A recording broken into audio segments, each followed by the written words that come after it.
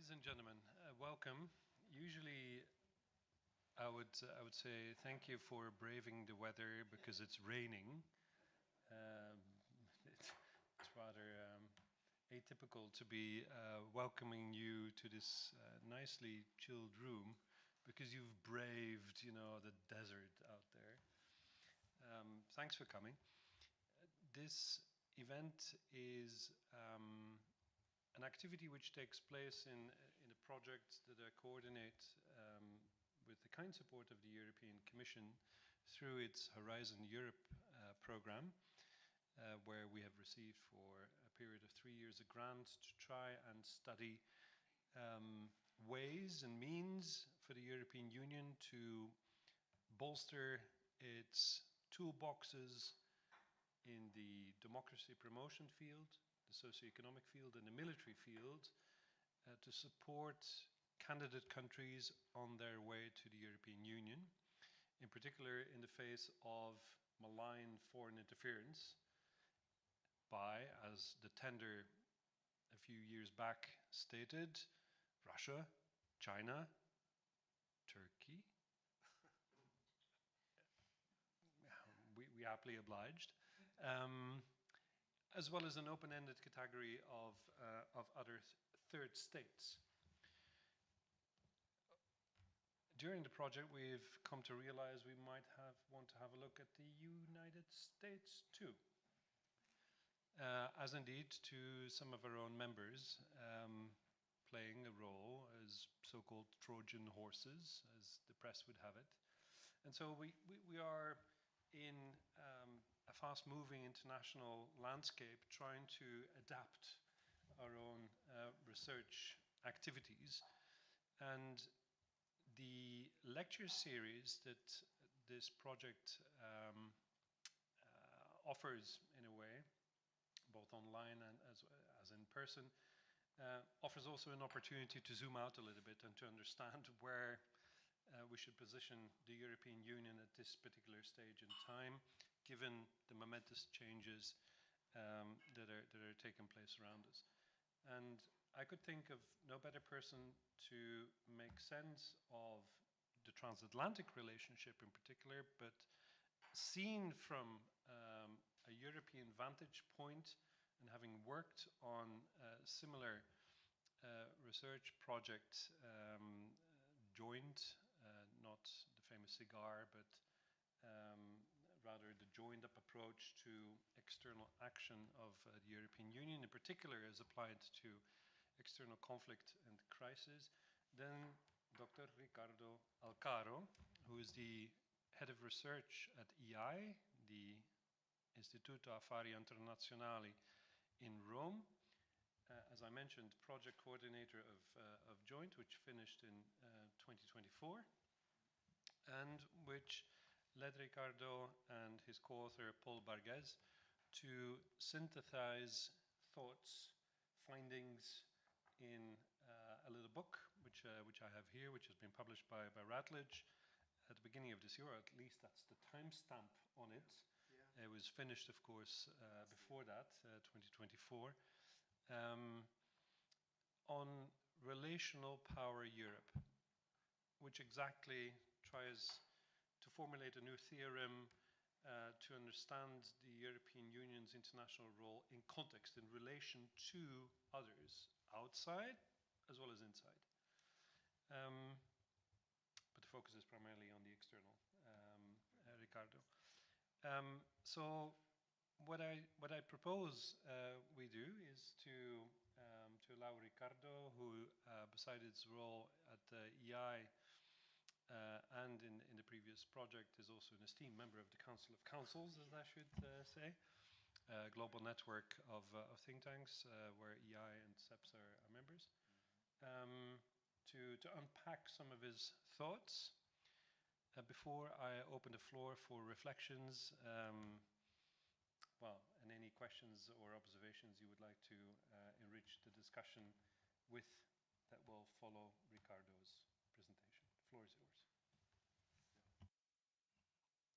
Stephen, thank you so much, and thanks also to CEPS for welcoming here, for giving me the opportunity to have an exchange with you and with the people who kindly accepted SEP's invitation to take part in this conversation about EU foreign and security policy, and more specifically EU foreign and security policy in the context of a, how can I say, troubled or at least challenged, surely shifting and evolving transatlantic relationship.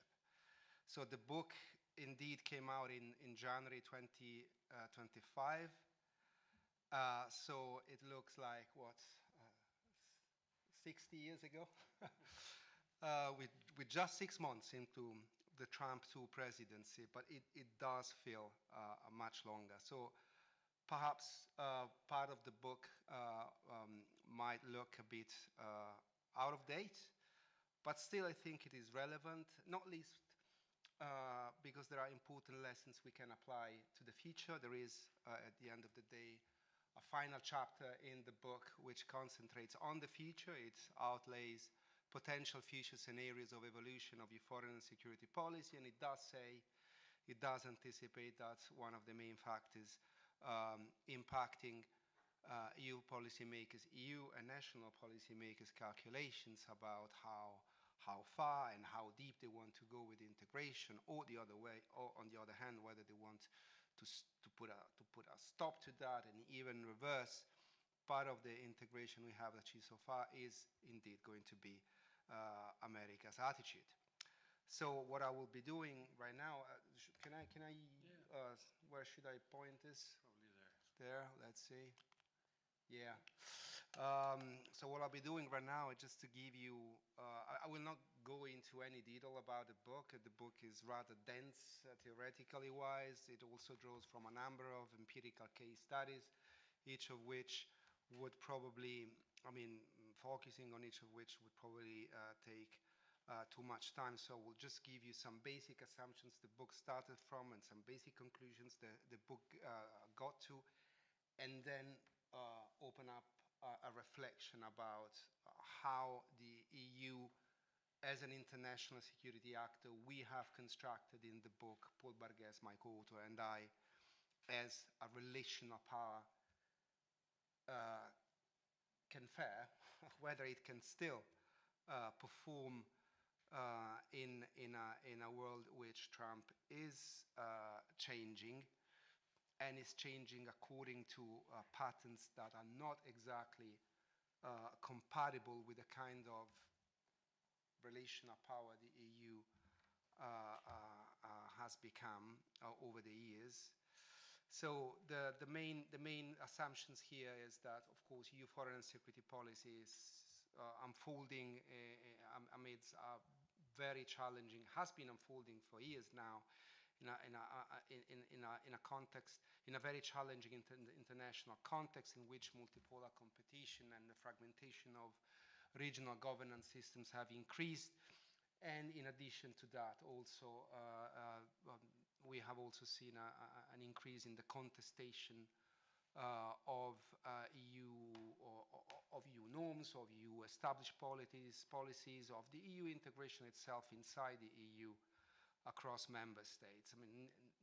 Neither of these elements is actually a novelty, but in the time frame we considered, which is between the mid-2000s and early 2020s, so the last crisis we mentioned in the book is Israel's war on Gaza after Hamas attack on October the 7th, 2023.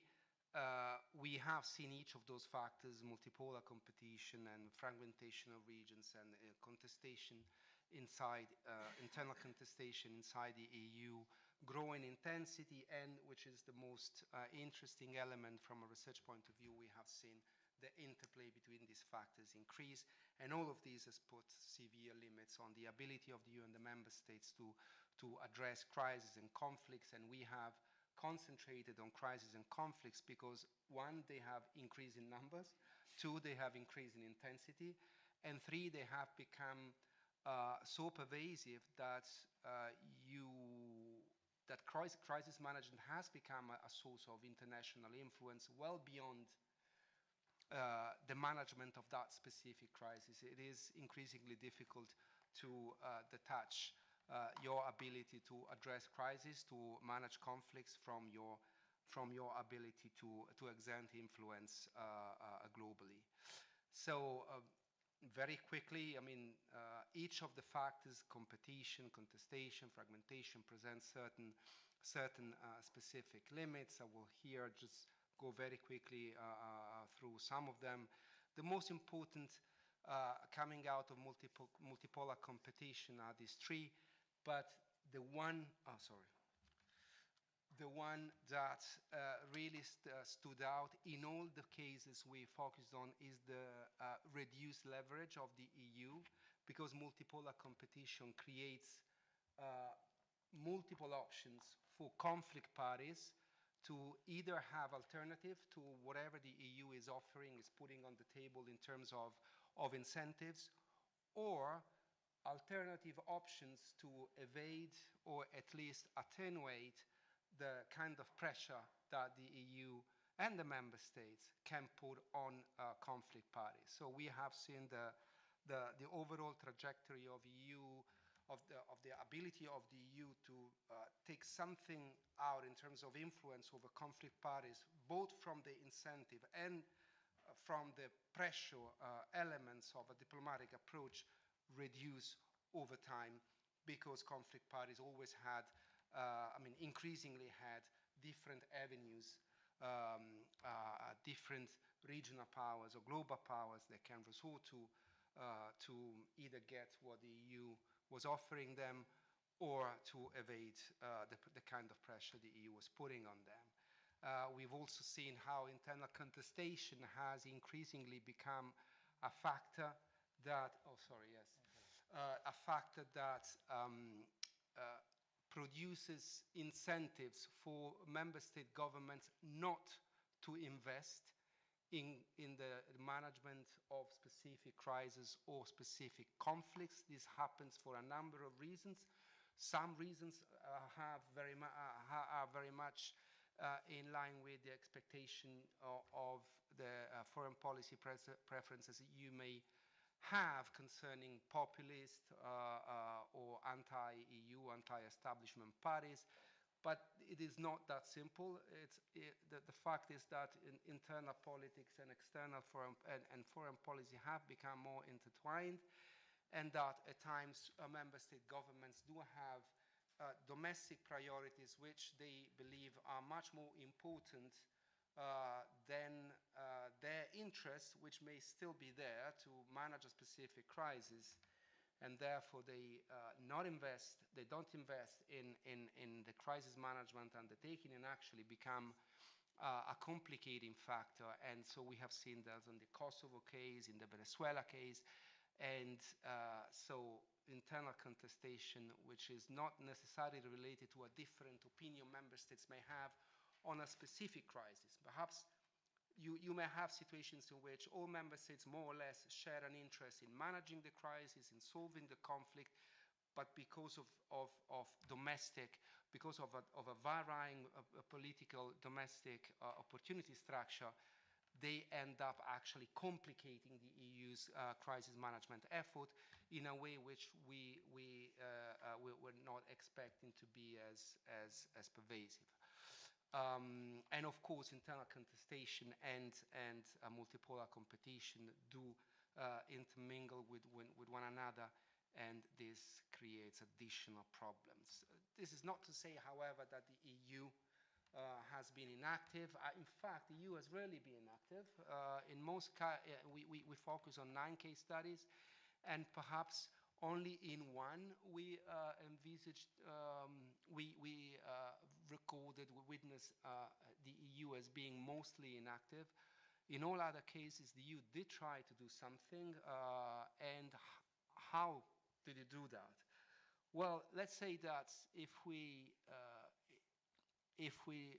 oversimplify the kind of constraints the EU and national foreign policy makers face when addressing crisis to challenges emanating from multipolar competition, from the fragmentation of regions, from internal contestations, we can also oversimplify the kind of responses they have put out in order to mitigate the effects of those elements. So we have seen an EU which has consistently tried to resort to multilateralization, both in terms of discourse, so framing international problems in multilateral international law terms, although this has been decreasing, but even more so multilateralization in terms of practices. The EU and the member states have usually, if not always, with the exception of cases where it was indeed impossible, like Russia's invasion of Ukraine in 2022, have always tried to push for the creation of ad hoc multilateral crisis management endeavor, encompassing like-minded countries and most of all the United States. And this has at times resulted in positive outcomes, although these outcomes, as was the case, I mean, the most prominent example here would be the Iran nuclear deal. But as we may well be aware now, all those positive outcomes have also been very much provisional.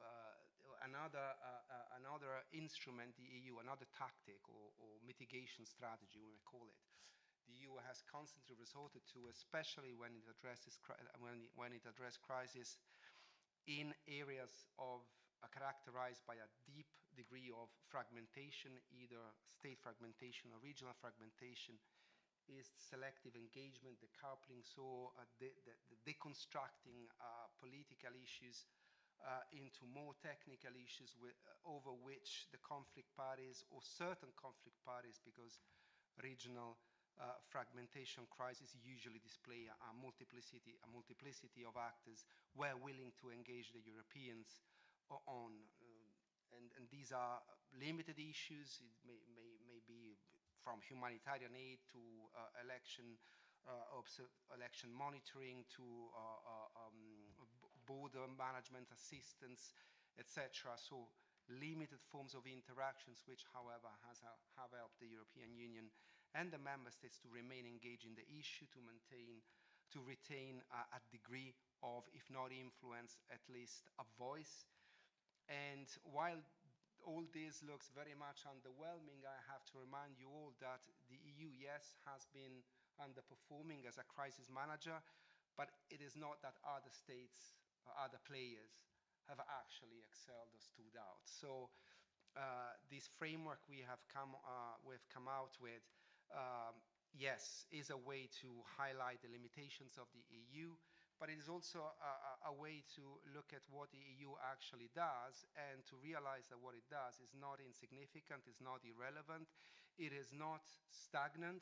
The EU is an active player in crisis and conflicts, and it is, also a way to decrease our expectations about what the EU and the member states can do in specific crises and conflicts, so that we do not continuously fall in this expectation capability gap that basically is the problem those who assess EU foreign security policy have been having since the EU was created. And when it comes to internal contestation, we have actually seen that the EU has been quite creative in finding ways around this problem, which on paper is the strongest one, is the worst one, because it is the one issue that can paralyze entirely the EU. But we have seen paralysis only in very, very, very rare instances. Most of the time, the EU managed to get around the problem of internal contestation, either by the standard procedures of deliberation and negotiation, or, which is most interesting here, by a practice we call delegation, which basically means that on certain issues, the EU member states pass on responsibility for handling the crisis, or at least for being the main actor responsible for the handling of the crisis, either to institutions, and this we call formal delegation, or to a select group of member states, and this we called implicit delegation, because there is rarely an explicit mandate from the EU to, rarely if ever, to just a group of states to handle a crisis on behalf of the EU, but the reality has been that in several issues, Ukraine between 2014 and 2022, Iran, even the Balkans, even to an extent, Venezuela, but very limited extent, had contact groups involving member states that shaped the policy in terms of shaped the crisis management policies and shaped consequently the EU's approach to that crisis. So this led us to, and this is really the most theoretical, theory-dense part of the book, this led us to conceptualize the EU as a relational power, this concept of relational power, which, by the way, we do not take from the literature on international, but not on the literature on power, international relations, but on the literature on relationality. Which is quite different. Anyways, I will not go into any theoretical deviation here, but the point here is that this concept for us was particularly important because it catches a dual nature of the EU as an international security actor. On the one hand, it is constitutively dependent on a context which is made up of the interplay between multipolar competition and regional fragmentation and the way they feed back into EU politics, so internal contestation too. And this is, of course, something that is common not just to the EU, but to basically all international players. But in the case of the EU, we have to emphasize this even more because the porous structure of EU foreign and security policy has it that all the contextual factors find multiple avenues to get into the policy and decision-making process of the EU and therefore become additional layers, additional spikes in the wheel. But on the other hand, the EU also has an institutional resilience because of the multidimensional structure of the EU foreign and security policy. EU foreign and security policy is a strange beast, is of course a reflection, is mostly intergovernmental, but because it is not just diplomacy and defense, and it also involves a number of elements in which supranational decision-making processes intervene. It is so a structure that spans across external elements of policy, but also the external dimensions of internal policies, and most importantly, is not a single actor, is a multi-actor system. So foreign policy, EU foreign policy initiatives can start off from multiple centers inside the EU, and this, while usually assumed to be a weakness, is in fact, or has proven in fact to be a strength in the sense that you had more elasticity, more capacity to get around certain problems and to get around the paralysis you would have when you have a lack of consensus on specific issues inside the EU, which is what you have most of the times, and yet that lack of consensus does not produce paralysis most of the times because of the various ways in which the EU and the member states can adapt. So in the end, the kind of EU as an international crisis manager the EU that came out as an international crisis management, at least in that time frame, so mid-2000s to early 2020s, is basically still a much more multilateralist actor rather than a geopolitically oriented actor, in spite of all the discursive emphasis that you now see on this geopolitical element of the EU.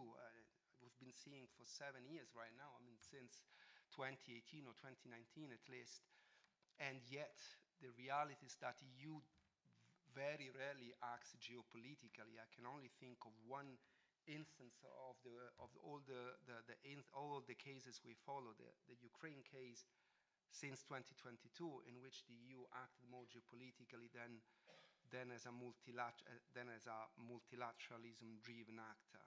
It is, of course, an Atlanticist actor, and this has not so much to do with political preferences of political forces inside the EU, although that obviously is critical, but it is the structural reality of EU foreign and security policy that it always, always, always tries to make transatlantic convergence an element supporting its multilateralist-driven actions, or when multilateralism is impossible, as in the case, when inclusive multilateralism is impossible, as in the case of the Russian invasion of Ukraine, the EU still try to enlarge the Atlanticist framework to other parties, not always necessarily within the traditional Western camp. It is a pragmatist actor in the sense that, in spite of its emphasis on normative, on norms, which, to be frank, has been decreasing, the EU engages with crisis and conflict parties to the extent it can, and reflecting the priorities that member states can find a consensus over inside the EU. This basically means that the EU is most of the time a reactive and problem-oriented actor rather than a shaping player, rather than an actor, a power that is actually capable of shaping events on the ground and shaping an environment, which is a difference, a critical difference with the situation we had at least in Europe in the 90s and early 2000s, in Europe, with the partial exception of the Balkans at least, where the EU as an organization had long been a shaping power capable of impacting the political opportunity structures of policymakers in the area over which the EU exerted its influence in a much greater fashion than it is today. Finally, it's a polymorphous actor, because I will never stop insisting on the fact that the EU is a multi-actor foreign policy system, and that means that yes, it is at times more cumbersome. It doesn't act with rapidity, but it has a potential for acting which goes well beyond what individual member states can have. So when we completed our conceptualization of Europe as a relational power with this dual structure of dependence and resilience, we asked ourselves, is this going to remain the same in the future if Europe goes through integration or disintegration periods? And the reality is that relational power Europe is a concept that can only, that is context dependent, and therefore if that context changes and the structural, in the institutional structure of EU foreign security policy changes accordingly, well then we may be compelled to adapt this concept. And the most important element we see in this, in determining change, is the direction of transatlantic relations. And here I will present you just with a couple of scenarios. Of course, this was present. These slides. I prepared these slides when Trump had just entered office again. But I decided to keep them here because it is still important to understand, to have a reference point with regard to what we may more probably have now. So we may have an America which is still interested in the transatlantic relationship, even if its focus shifts to Asia, even if it is much more involved in the Middle East.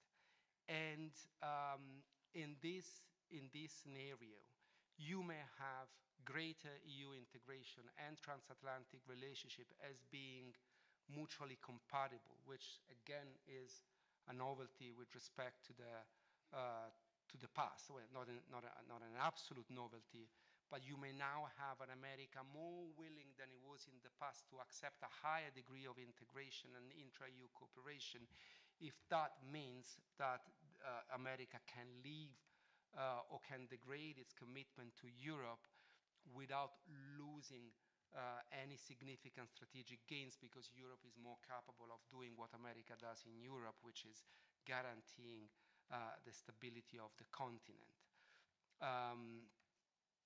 And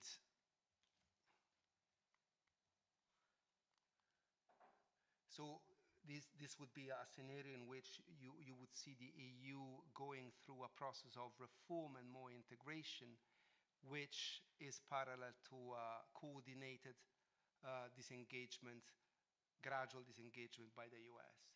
And the other scenario which is interesting here, of course, is what we most likely are going to experience, which is an America that pursues primacy without order. And this means that the United States, and this is clearly in line with what the Trump administration has been showing so far, looks at alliances more as clientele or as a clientelist system within a rigid structure of hierarchical subordination, where the hierarchical power, however, does not perform any order structuring function. So it's basically the hierarchy as such. And this is going to be extremely complicated because the relationship, while hierarchical, will not be based on any long-term strategic understanding of it, but only on contingent and ever-changing transactional deals between the sovereign-ordinate, the superior power, the United States, and the subordinate powers, which in our case, of course, are the individual members of the European Union.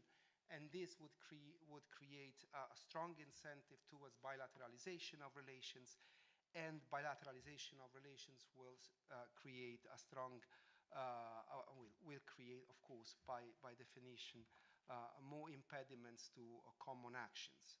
Let me just go here and then I will stop. So the second administration of Trump has shown an active hostility toward the EU. This, however, may also have different impacts on the political opportunity structures of national foreign policy makers. So far, we have seen most national foreign policy makers, most national leaders, adopt sort of an appeasing approach, in the sense that they try to salvage as much as they can of the strategic relationship with the United States, while superficially adhering to these more conjunctural and transactional aspects that that President Trump has given to the relationship. The hope is that if Trump believes that things are going his way, but in fact the relationship continue to remain geared to a cooperation, certainly not the kind of cooperation we would have had under a different president, but still geared towards structural cooperation, both between the US and the EU, but especially within NATO, then this strategy, this approach they have taken may pay off. But on the other hand, they may be ignoring that,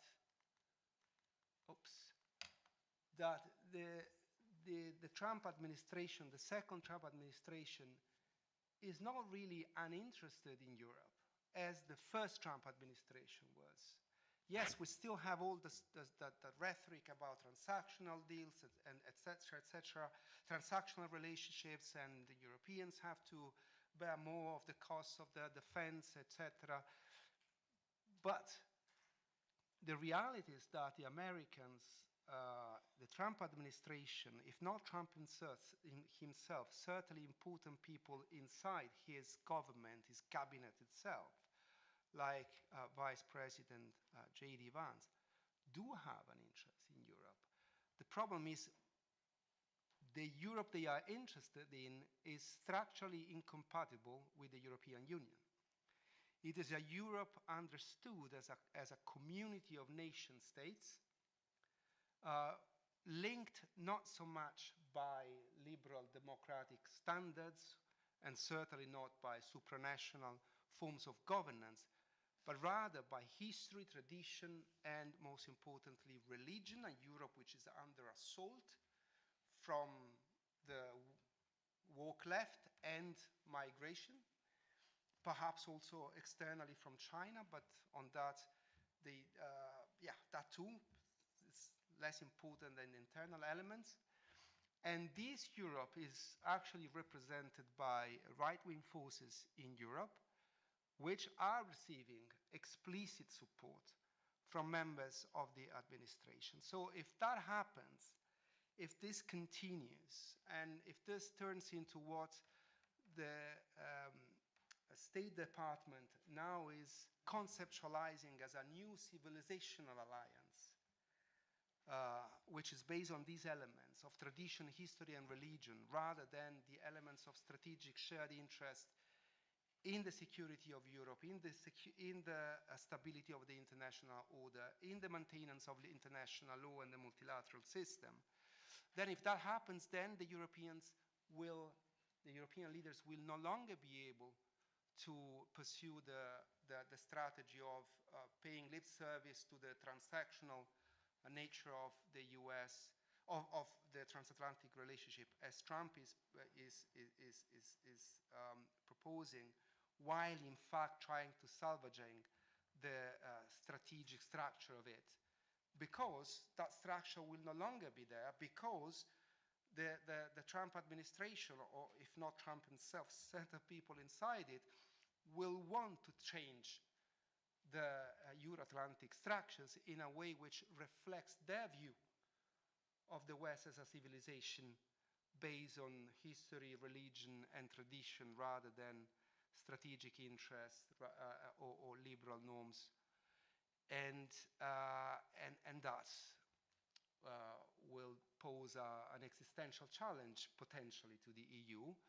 Perhaps existential is too strong a word for now, but that will put European leaders against a wall and decide whether they can actually continue appeasing and adapting, while the room for adaptation shrinks and shrinks and shrinks, or whether they want to relaunch a challenge, this kind of understanding of the West as a civilizational alliance, and relaunch on the West as a strategic and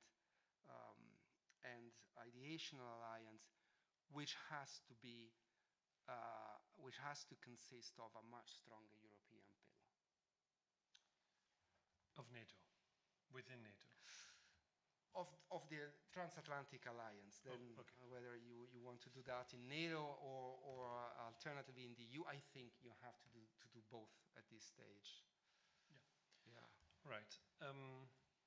Thanks, Riccardo, both for setting out the theoretical framework proposed here in the book, which, as we know, is built on rich empirical research. You mentioned the 9 case studies, many of which have barreled on, basically. You mentioned, provisional results achieved, so to speak, but then,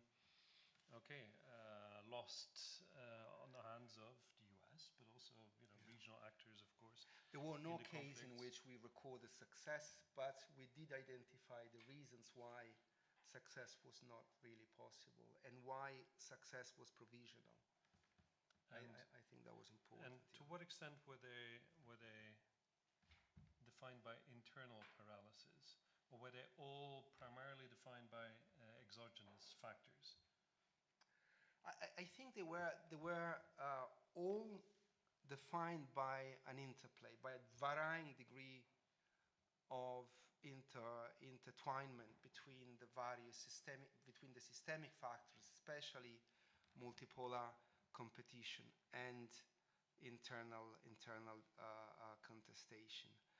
I had thought initially that internal contestation would have played a more important role, but in fact, to the extent it played an important role, it usually did because it interplayed with multipolar competition or dynamics or problematic dynamics coming out of the fragmentation of regions. For instance, the fragmentation of Libya greatly increased internal dissent inside the EU because France and Italy in particular, or should say France and the rest of the EU, had completely different priority orders. Yeah, an extraordinary case in which at least two member states in particular, France and Italy, were through proxies almost at war with one another. I don't want to exaggerate too much. Yeah.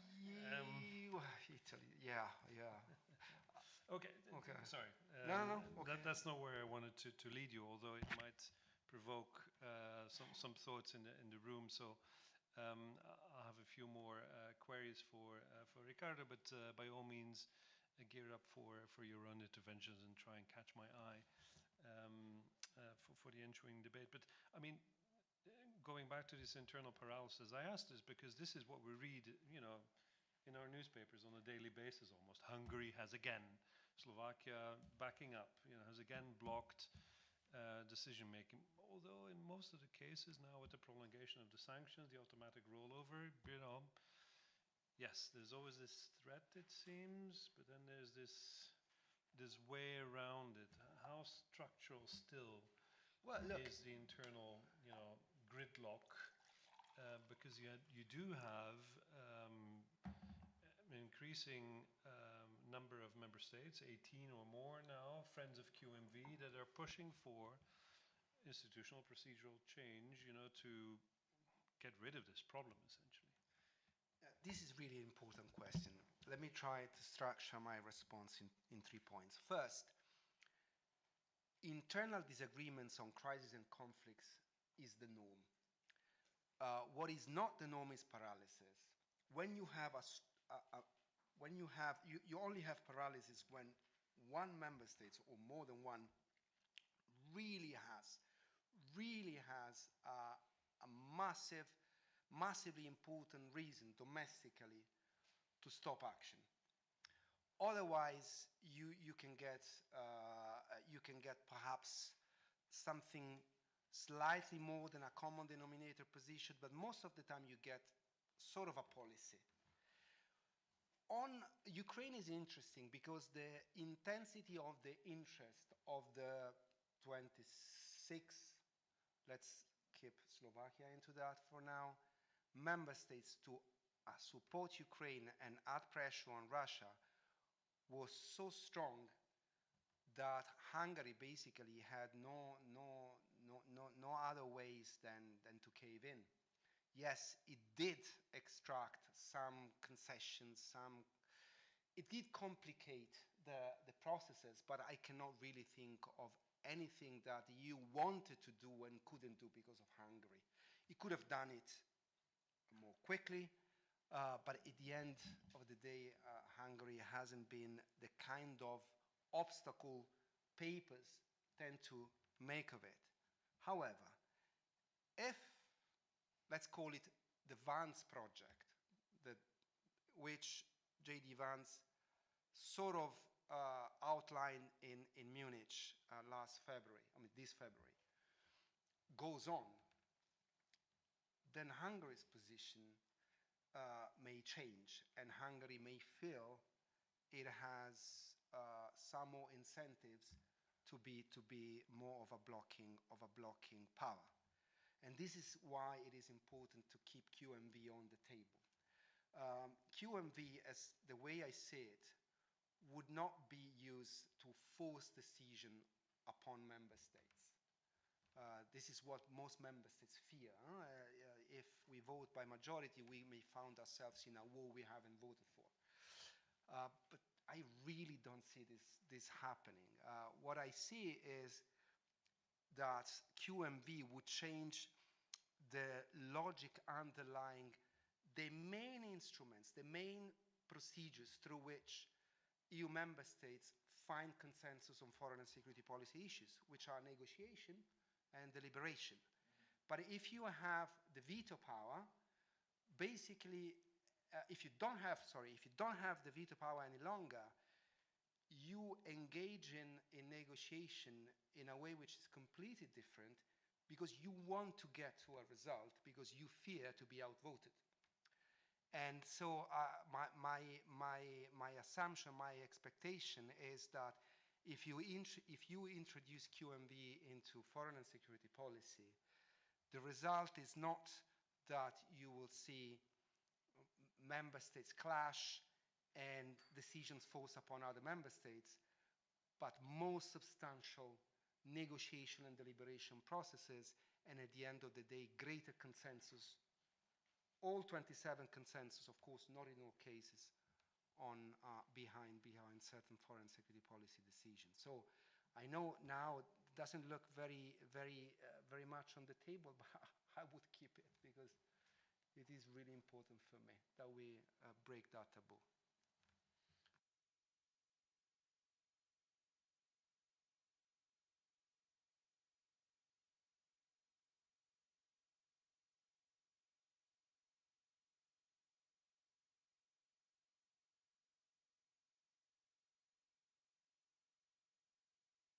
The aspect of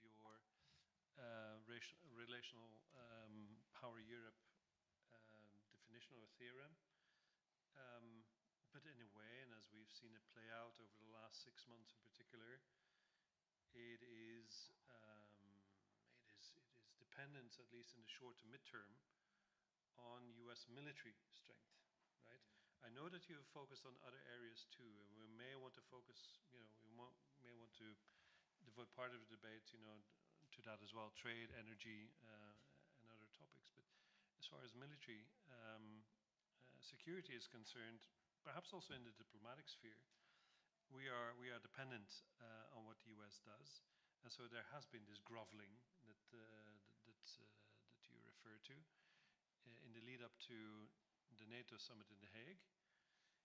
And still, I wonder what the outcome of it and how you would characterize the outcome of the NATO summit? Of the NATO summit, because you have on the one hand European allies saying, okay, we pledge, they didn't use that word, but essentially, commit to a 5% spending target, 3.5% on defense proper, and 1.5% on security-related aspects. Knowing that many of them actually do not believe that they will meet that target, by 2035. Most. Exactly. And so that's bluff, basically. Not even the US spends that much. And Whitaker, the new US ambassador to NATO here, would probably say that, you're asking us, to spend 5%, meet me at $1 trillion, right? But which is essentially also admitting that the US is not able to meet that 5%. But I would put the bluff primarily on the European side because they were put under pressure. But the American bluff is essentially encapsulated in Trump's plane ride comments on the way to The Hague, saying, well, there are different interpretations of the definition of an Article 5, backstop, right? And I'll decide how to interpret it when the moment comes. If that means, he didn't say that, that's my interpretation. If that means sending a letter of condolences, to the Estonians because, they've lost half the population in the Russian invasion, but Trump does not want to involve the US in that type of conflict because it would lead to much nuclear war between great powers, then that is effectively, pulling the rug out of under NATO. And so we're in this, in my reading, a double bluff situation as far as military security is concerned. We pretend to spend on 5% and they pretend to protect us. Yeah, which is what our American colleagues should hear more from us, that this idea of Uncle Sucker, that the United States has been providing security to the Europeans in exchange for nothing, doesn't really stand up to reality. The reality is that the Europeans have sacrificed their foreign and security policy independence for many, many decades, especially since the end of the Cold War. And that has meant that the Europeans have followed US foreign policy, even when US foreign policy was not exactly in line with what the Europeans believed was their interest. From the Iraq War, yes, there was some division inside the EU, but mostly the EU governments followed or adapted to the Bush administration's policies, to pressure on, to the inability or unwillingness to put any pressure on Israel, to the rigidity in negotiating position with Iran over the nuclear issue, etc. Whereas when the, when the moment came that the United States had to stand up and honor its part of the deal and contribute to the defense of Europe, when Russia invaded Ukraine and started threatening the stability of the continent by becoming more threatening to member states of NATO and the EU itself, well, the US has been more ambivalent than they are ready to recognize. However, I mean, let me try to put some order into my answer to your question. So, the world is increasingly mired in geopolitical competition. Power is shaping events more than it did in the 1990s or early 2000s, which is where we came of age, the 90s, no? So, and which is when the European Union basically became an international actor with greater visibility. So, middle countries, middle powers, or small powers will have to adapt. And I go back to my point of before. You can adapt by accepting a hierarchical structure in which the relationship unfolds along a hub and spoke pattern, so bilateral patterns, and therefore you basically resort to bandwagoning. And in that case, you really don't have an interest in investing in the EU if the center, if the United States doesn't want you to, or you can sort of soft counterbalancing, invest in the EU while making the EU still a strategic asset for the United States. Trump may not like it, but many others in the administration appreciate that, and Trump is not eternal. We still have 2 or 3.5 years, but he will one day no longer be president of the United States. I don't see that kind of hostility towards the European Union as being as prominent in other potential leaders, of course, with the exception of J.D. Vance and an element of the American right, but we don't know whether they will have the same charismatic power Trump has. So I think that investing in the European Union today is a way to really gain some grounds in the transatlantic relationship, in the appreciation the United States has of the relationship with Europe. So I would invest in that. And this is what I think your NATO leaders think they have done, even if that came through some groveling, some pretty undignified groveling by NATO Secretary General. I don't think this is actually the way you do that. I may be wrong, but you have to consider that your audience here is not just Mr. Donald Trump, someone who doesn't enjoy any kind of strong popular support in Europe. In fact, most sentiments inside Europe towards Trump are negative.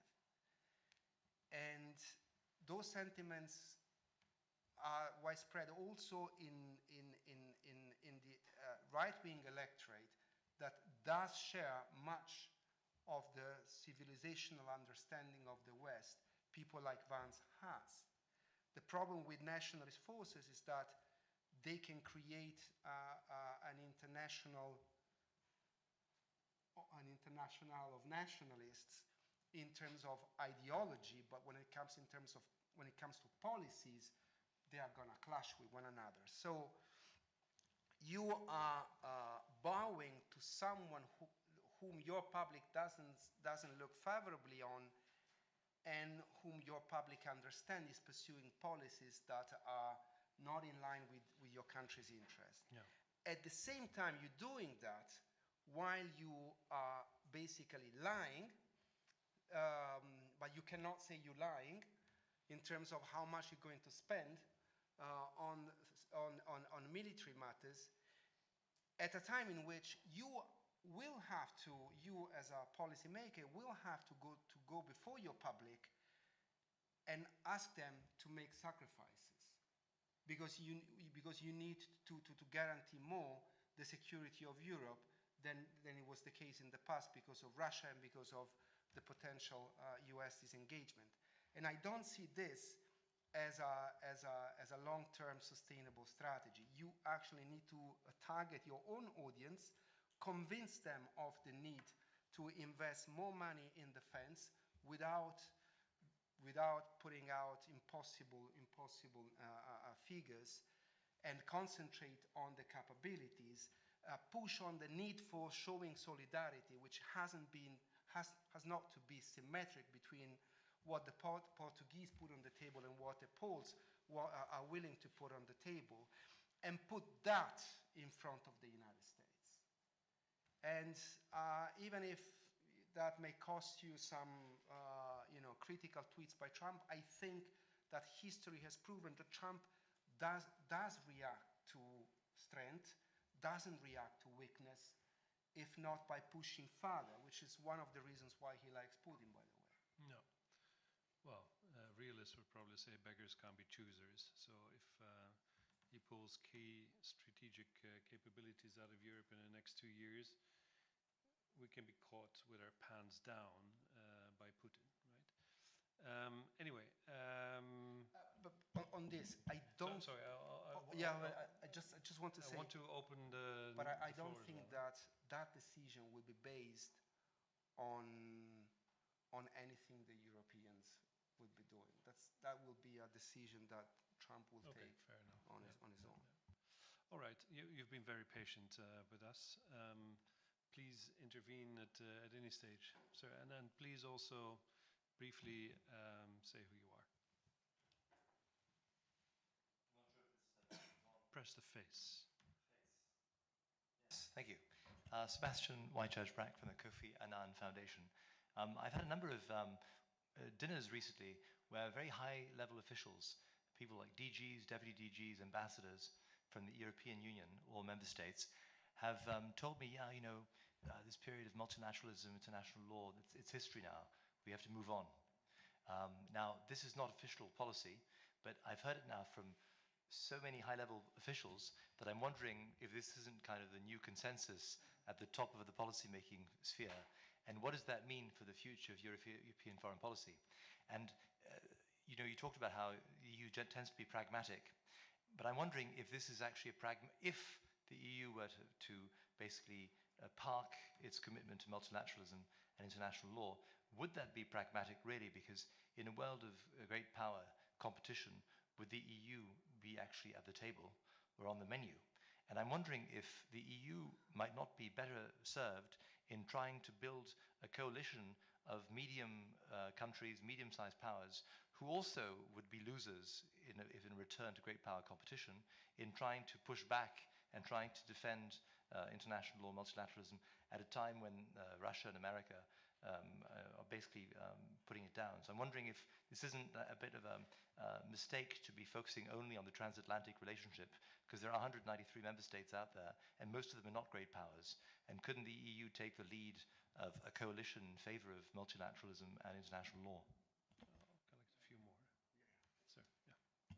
I wasn't going to do, Alistair Sutton, former Commission official, but I wasn't going to do it. But following that question, I noted 5 countries here while you were speaking as key allies of the European Union in the coming days, weeks, months, and years. And the 5 countries I noted were Canada, the UK, Turkey, Ukraine, and Norway.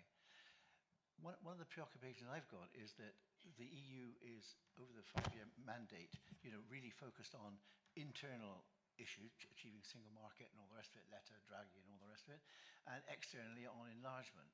However, too much focus on those issues, which are in the work programme, overlooks the fact that we've got to build a more effective bridge between the European Union on the one hand and NATO on the other hand, but NATO where the US is like, there's a big question mark hanging over it. And so what we really need to focus on, and I'm not, by the way, arguing for a European political community or anything like that, but a very strong drive towards building stronger alliances, more effective alliances linked to defense and security, right? With these key allies. I may have forgotten some, but those are the ones I really think are terribly important. So a bit linked to your it's a new approach, but not based on the classical thing of achieving the internal competitiveness through the internal market and externally enlargement. Okay, shall we take those two in? Okay, yeah. So look, I mean, I couldn't agree more that it's not really pragmatic to buy entirely into this power-driven, power-shaped politics of the moment. I do share the view that the European Union needs to identify those gaps that make it more vulnerable to the politicization of dependencies or even interdependencies it has. With the US on security and finance, with Russia on energy, it had, now no longer, with China on trade and technology and supply chains. So it is important also to have an element, an appreciation of power dynamics, absolutely. But if the European Union believes that jettisoning entirely its strong legacy of support for multilateralism is going to pay off, I mean, these people are wrong, are really wrong. The European Union's, one of the European Union's main advantages is precisely that of being a multilateral organization, and a pretty integrated one, and a multilateral champion, or used to be. But now, so the reason I focus here on transatlantic relations is that Trump is a major factor, and that the direction of the transatlantic relationship is going to be, in my opinion, the most important factor shaping the future of EU foreign and security policy. The Trump administration creates two potential outcomes that are equally possible. The one of bilateralization, total subordination, and basically EU foreign security policy becoming an accessory element of foreign policy, of national foreign policies, or because, yeah, or you have a backlash against that kind of vision of the transatlantic relationship as a fixed hierarchy and a hub and spoke system of relations, because you have European leaders that actually act as leaders, that rise to the occasion. And that European Union is a European Union and a collection of member states which engage extensively with the countries you mentioned. And I would add also Japan, Australia, South Korea, even to an extent Taiwan, as far as security supply, security of critical digital supply chain is concerned. So you have to move along the multilateral track, and you have to insist on the importance of international law, because when people of our countries will suffer, and I hope they will not, will suffer the consequences of power politics, they will wake up the next day and find out that they do support multilateralism. Because multilateralism is the result of the failure of power politics. And I mean, that failure is 80 years old, but it's still pretty present in our memory, so perhaps we should refresh it again. And there was another thing I wanted to say, but I can't remember that, so I will stop here. Okay. Have a look around the room. By the way, I agree with you about South Korea and Japan. I lived in Japan for 5 years. I was a diplomat there for 5 years. I agree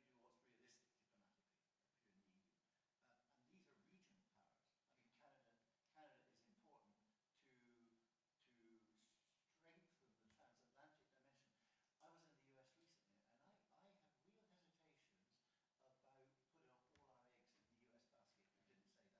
I'm just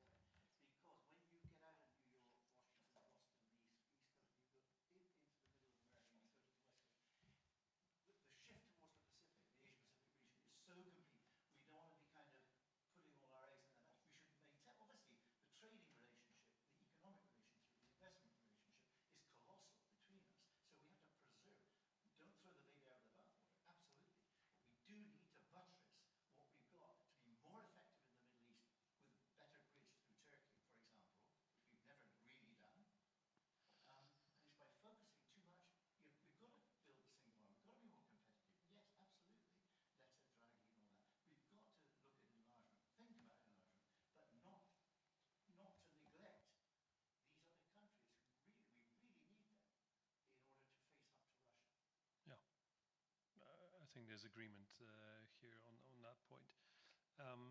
Further interventions, questions for Riccardo?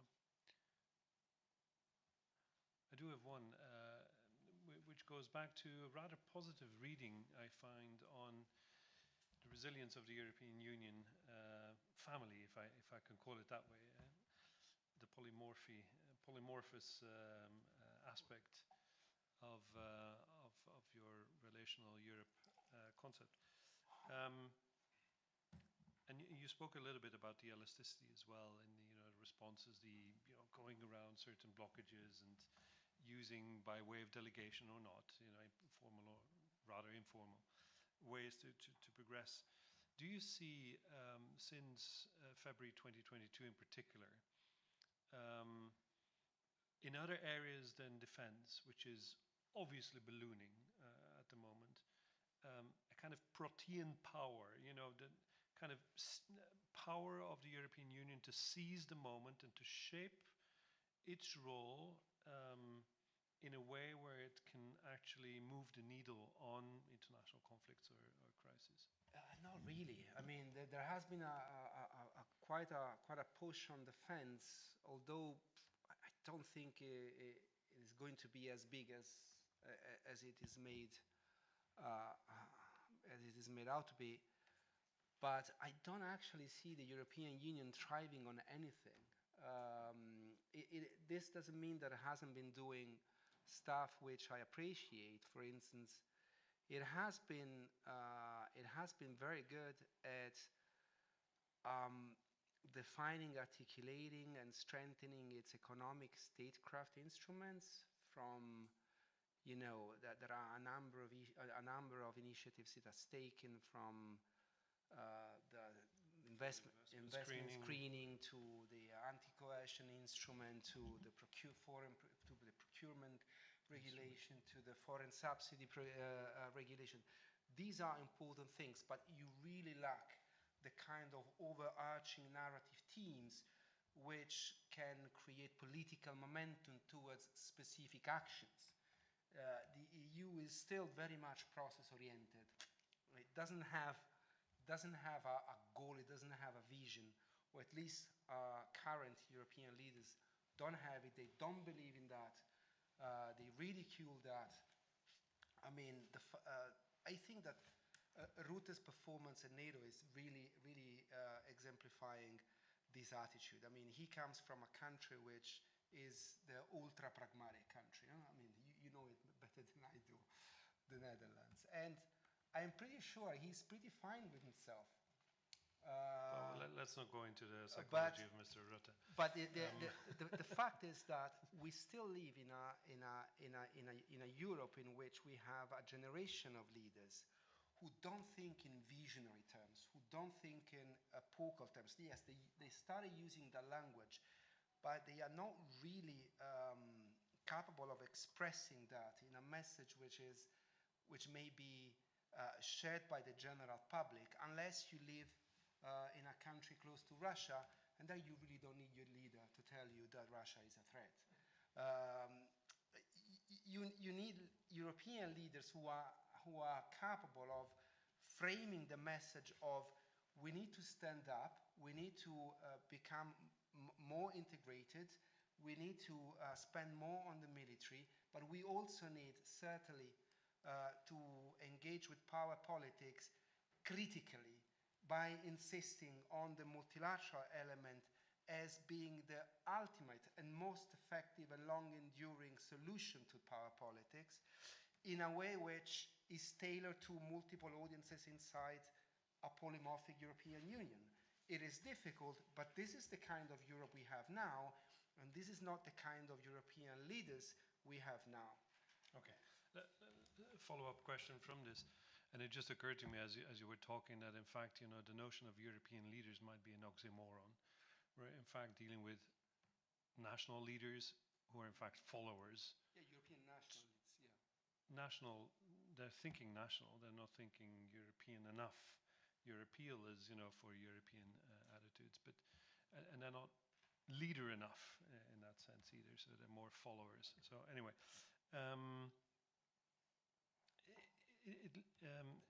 what you just said leads me to the three scenarios which you end the book with.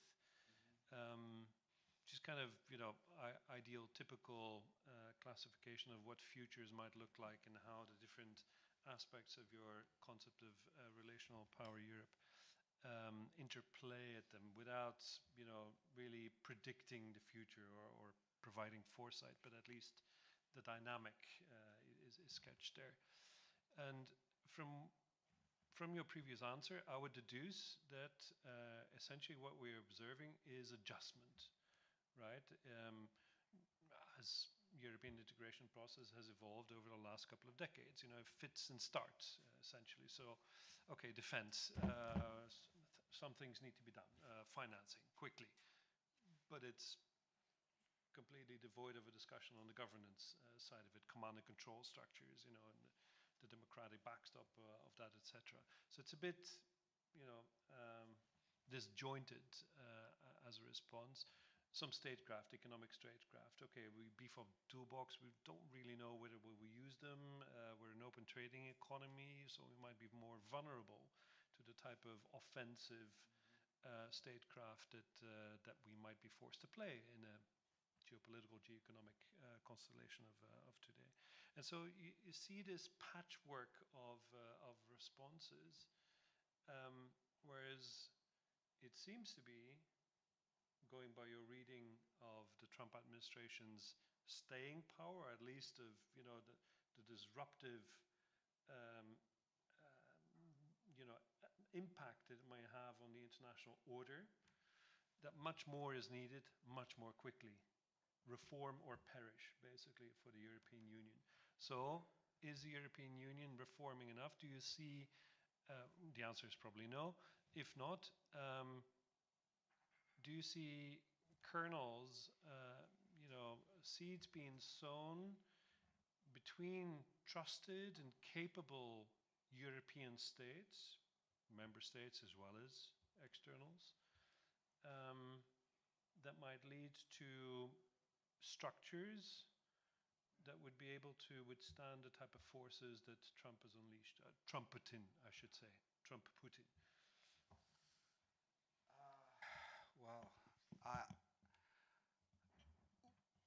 you may say that you do see an alignment, a coalition almost, between those countries inside and outside the EU, but still all Europeans, that feel the Russian threat the most. And these are, of course, the Baltic states, Poland, the Czech Republic, the Nordic countries, plus the UK. And with a late addition of France. So these are countries capable of creating a magnetic force inside the EU to at least have certain issues not entirely derailed, to at least make the greater investment in defense real to an extent. So I do see a staying power inside the European Union, or inside a Europe which is also made up of the European Union, which can resist the kind of pressure the Trump administration may exert on Europe, either by weighing over it or by pulling out, which is actually what we fear the most. What I don't see, however, is action on a widely perceived need to reform in a way which is more organic, more quicker, and which is widely recognized. And actually we have the ultimate roadmap towards a reform EU, which is the Draghi report. Okay, if we take that report and implement it, we have the kind of reformed Europe we speak in the best case scenario at the end of the book. I go back to the politics issue. I mean, we have structural needs. They have been identified. There is no shortage of analysis of policy recommendations. There is no shortages of quite capable officials who can implement those and devise new ones and get around problems.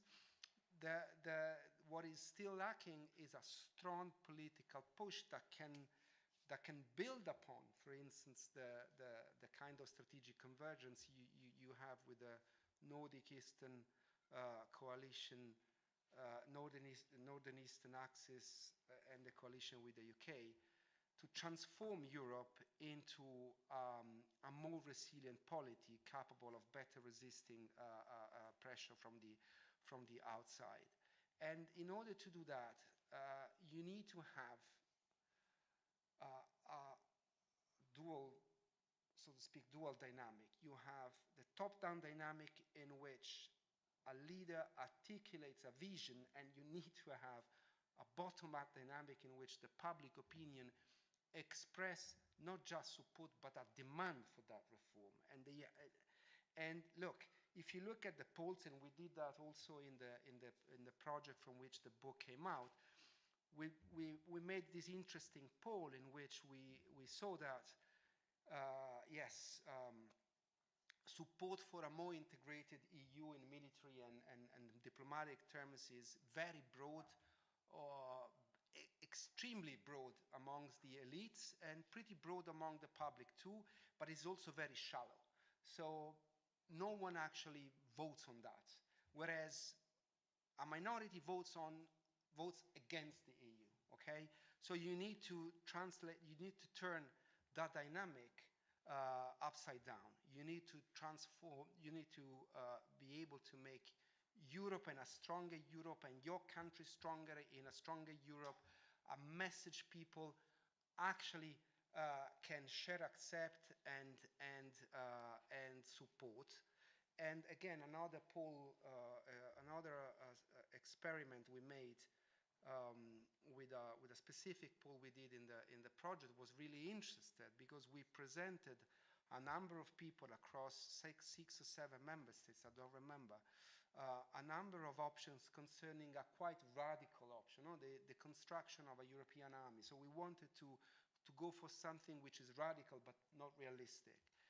And we presented we presented people with the option of whether they supported the European army, and then we again asked them the same questions after feeding them with different bits of information, which range from, look, your party of reference is actually for or against.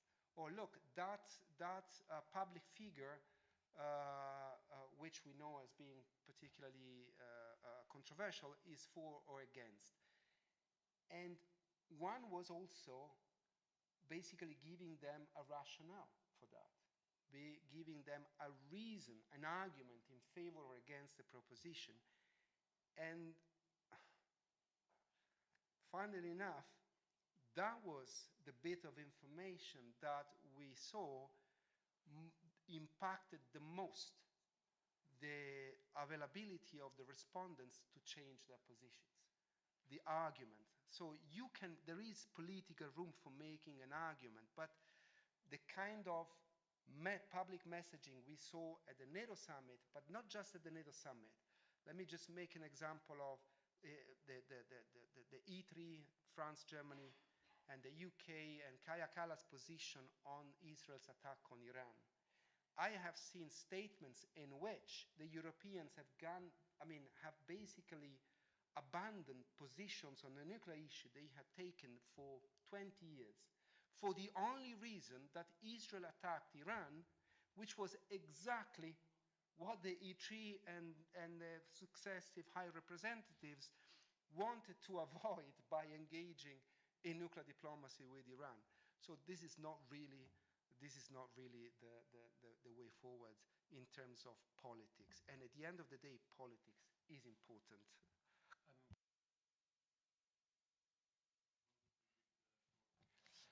Yeah, thank you very much. I'm Gabriele Tallone from the European Institute of Peace here in Brussels. Thanks for the very, very enriching discussion and conversation. A couple of comments. I think our trade commissioner is now en route to Washington, and probably in the next few days we will know a little bit more about the future of transatlantic relationship, I assume. That's also an important part of the equation.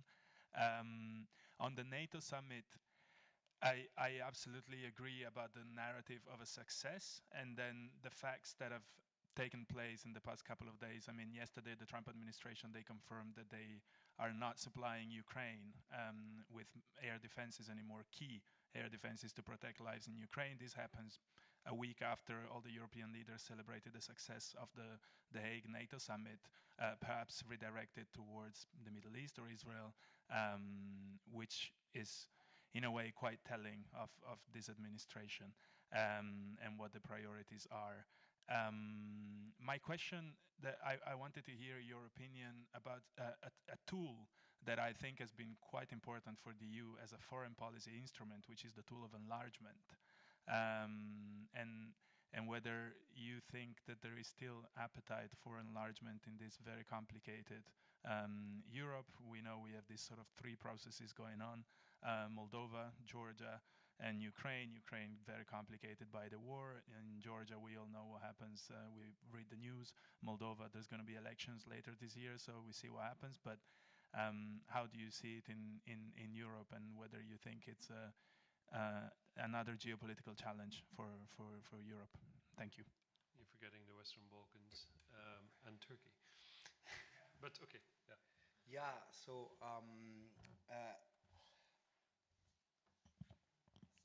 it was actually quite geopolitically mature on the part of EU leaders, of EU member state governments, to immediately relaunch the enlargement agenda as part of the broader effort at reform triggered by Russia's invasion of Ukraine, by Russia's war of conquest in Ukraine.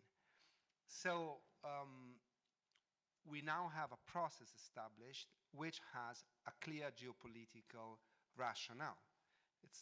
It's really about increasing the stability of the continent, reducing what former Soviet Union expert called land in between.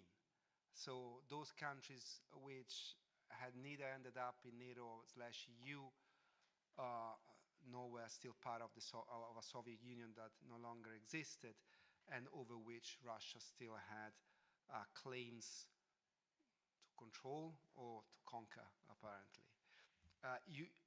As far as I see it, you really need to bring that land to a line, to a border, and possibly a fortified border. Not possibly, a militarily fortified border, because that's the condition upon which you can create a new order 10, 15, 20 years from now, depending also on what happens in Russia. So the enlargement of the EU is critical, but my opinion is that more critical was the enlargement of NATO. You should have first brought Ukraine into NATO, and that would have created the condition for a very complicated process such as Ukraine's accession into the EU to become feasible if handled well. Now, with Ukraine's accession to NATO, when I say Ukraine's accession, I mean even a mutilated Ukraine. With Ukraine's accession to NATO entirely out of the picture, I'm not entirely sure it will be possible to carry out an enlargement process with Ukraine, which is complicated in so many respects, including agriculture, okay? And I don't see much public appetite for that, and I don't see any European head of governments or states, not leaders, actually act as leaders and say, look, we have to integrate these countries. But look, without NATO, EU enlargement to Ukraine, Moldova, and Georgia becomes much more problematic because there is a security component to it which we would be irresponsible in ignoring. Really irresponsible. So if you bring Ukraine into the EU without the kind of protection NATO guarantees, well, you basically you basically give Putin a fantastic opportunity to create more havoc, because he has so far not yet attacked any EU member state, because the EU member states his country borders with are now members of NATO. But if you bring Ukraine in, then Ukraine will not be a member of NATO. So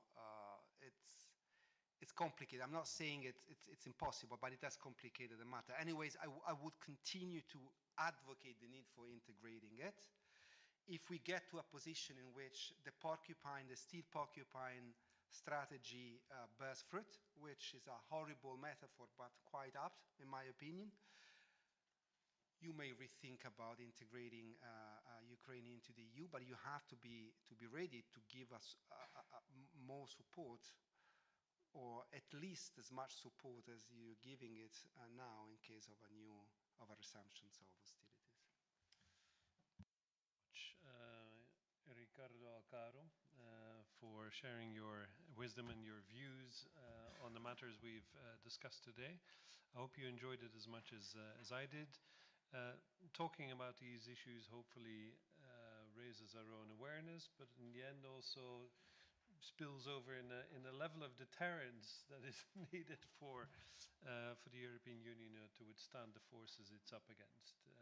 So thanks very much for that. And again, if you're interested, I have a copy of the book here. If you want to have a look at it. This is not the old. This is the old slides. But I am. Anyways, the book is for free, because we paid the open access as we were mandated to by the European Commission. So you can download it for free. And free download it if you are interested. Thanks for coming. Good luck out there.